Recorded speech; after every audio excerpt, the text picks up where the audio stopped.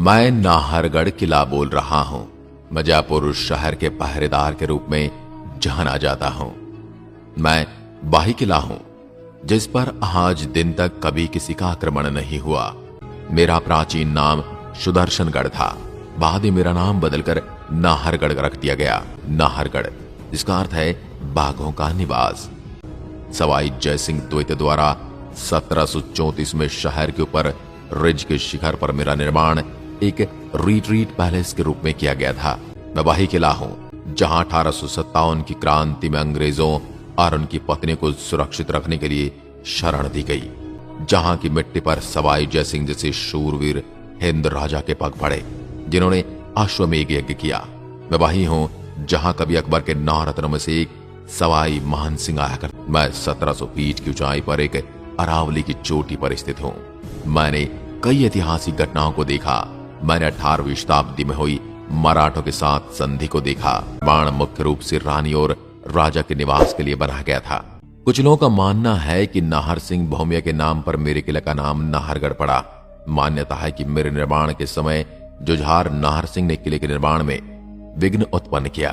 तब तांत्रिक रत्नाकर पौंड्रिक ने नाहर सिंह बाबा को अन्यत्र चले जाने के लिए तैयार कर लिया और उसका स्थान अंबागढ़ के निकट एक चौबुर्जी गढ़ी में स्थापित कर दिया जहां वे लोक देवता के रूप में पूजे जाते हैं। मेरे निर्माण के समय में नाहर सिंह का बड़ा विघ्न रहता था। मेरे निर्माण के संबंध में अजीब घटनाएं सामने आती रहती हैं। मजदूर लोग एक दिन काम कर रहे थे, तब अगले दिन पुनः काम पर आते तो उन्हें काम बिगड़ा हुआ रूप में मिलता था। ऐसा घटित होने के बाद किसी अनहोनी के होने के डर से मजदूरों ने यहां आने से मना कर दिया और यहां काम बंद हो गया। बताया जाता कि राठौड़ राजा नाहर सिंह भौमिया ही वो शक्ति के रूप में आकर इस तरह के कार्य को बिगाड़ देते थे। उस भयानक आत्मा की वजह से महल में कई तरह की गड़बड़ियां होने लगी। उसके पश्चात उनके नाम का मंदिर भी किले के प्राचीर में उस समय के शासकों ने बनवाया था। मैं घने जंगल के मध्य बना हुआ था।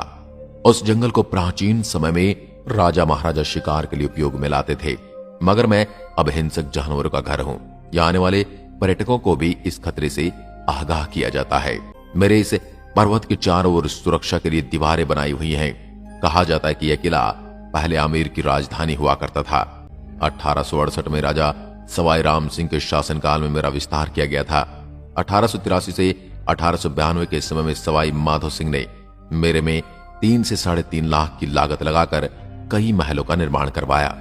सवाई माधो सिंह द्वारा बनवाया गया माधवेंद्र भवन जयपुर की रानियों को बहुत सूट करता है और मुख्य महल जयपुर के राजा को ही सूट करता है। महल के कमरों को गलियारों से जोड़ा गया है और महल में कुछ रोचक और कोमल भित्ति चित्र भी बने हुए हैं। मैं महाराजाओं का निवास स्थान भी हुआ करता था। अप्रैल 1944 तक जयपुर सरकार मेरा उपयोग कार्यालयीन कामों के लिए क्या करती थी। किले में कई बॉलीवुड की फिल्मों को शूट किया गया है, जिनमें रंग दे बसंती, शुद्ध देसी रोमांस, जोधा अकबर समेत कई फिल्में शामिल हैं, जिनके कुछ दृश्य भी मेरे यहाँ इसी किले में शूट किए गए हैं। मैं अपने शिल्प एवं सौंदर्य से परिपूर्ण भव्य महलों के लिए प्रसिद्ध हूँ। मेरे अधिकांश राज प्रसाद महाराजा सवाई राम सिंह द्वितीय तथा सवाई माधो सिंह प्रथम द्वारा अपने 9 पासवानों के नाम पर बनाए गए थे, जिनका नाम सूरज प्रकाश, खुशहाल प्रकाश, जवाहर प्रकाश, ललित प्रकाश, आनंद प्रकाश, लक्ष्मी प्रकाश, चांद प्रकाश, फूल प्रकाश और बसंत प्रकाश हैं, जो शायद पासवानों के नाम पर है। इन महलों के स्थापत्य की प्रमुख विशेषता उनकी एक रूपता, रूपों का संयोजन तथा ऋतु के अनुसार उनमें हवा और रोशनी की व्यवस्था है। किले के अन्य भवनों में हवा मंदिर, महाराजा माधव सिंह का अतिथि गृह, सीलखाना आदि प्रमुख हैं। मेरे इस किले को सवाई राजा मान सिंह ने अपनी रानी के लिए बनवाया था, लेकिन राजा की मृत्यु के बाद मुझको भूतिया किला कहा जाने लगा था। लोगों का मानना है कि इस किले में राजा का भूत रहता है। यहाँ के स्थानीय लोगों के अनुसार यहाँ पर एकदम से तेज हवाएं चलने लगती हैं और कई बार दरवाजे के कांच टूटकर गिर जाते हैं। यहाँ कभी कभी एकदम से गर्मी और एकदम से ठंड महसूस होने लगती है। किले में जाने वाले कई लोगों को अजीब चीजों का एहसास हो चुका है। बताया जाता है इस किले के पुनर्स्थापन संगठन के मालिक अपने घर में रहस्यमय तरीके से मरा हुआ पाया गया था। मेरे किले की संरचना 2 मंजिला इमारत जिन्हें राजा उनकी 12 रानियों के लिए बनाया गया था।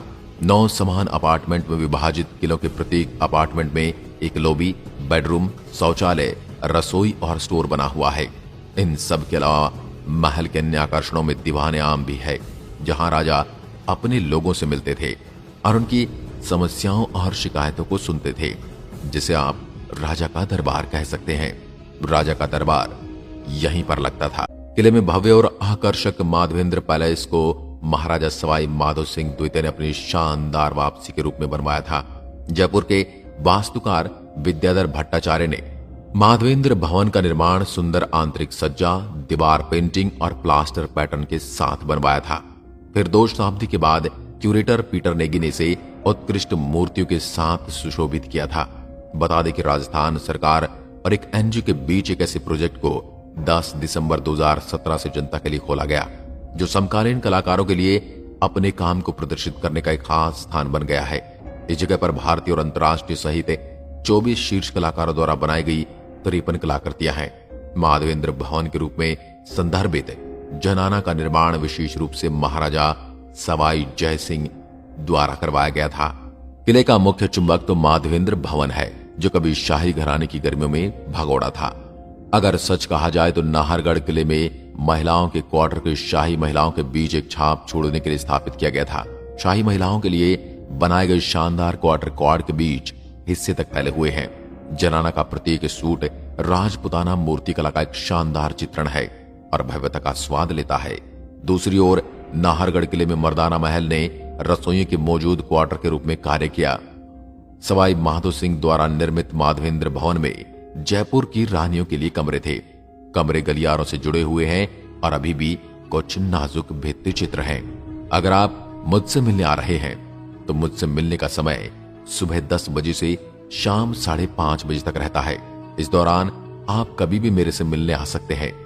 साथ ही मैं आपके लिए मेरे यहाँ खाने से लेकर आपके रहने तक का ख्याल रखूंगा और ये भी बताऊंगा कि आप मेरे तक कैसे पहुंच सकते हैं। मेरे यहाँ घूमने की एंट्री फीस भारतीय पर्यटकों के लिए 50 रुपए और विदेशी पर्यटकों के लिए 200 रुपए है। आपको बता दूं, जयपुर भारत के सबसे खास पर्यटक शहरों में से एक है, इसलिए यहाँ पर एक से बढ़कर एक व्यंजन का स्वाद ले सकते हैं। यहाँ पर कई ऐसे रंगीन स्थानीय भोजन उपलब्ध हैं जिसका स्वाद चखकर पर्यटक उंगलियां चाटने पर मजबूर हो जाते हैं।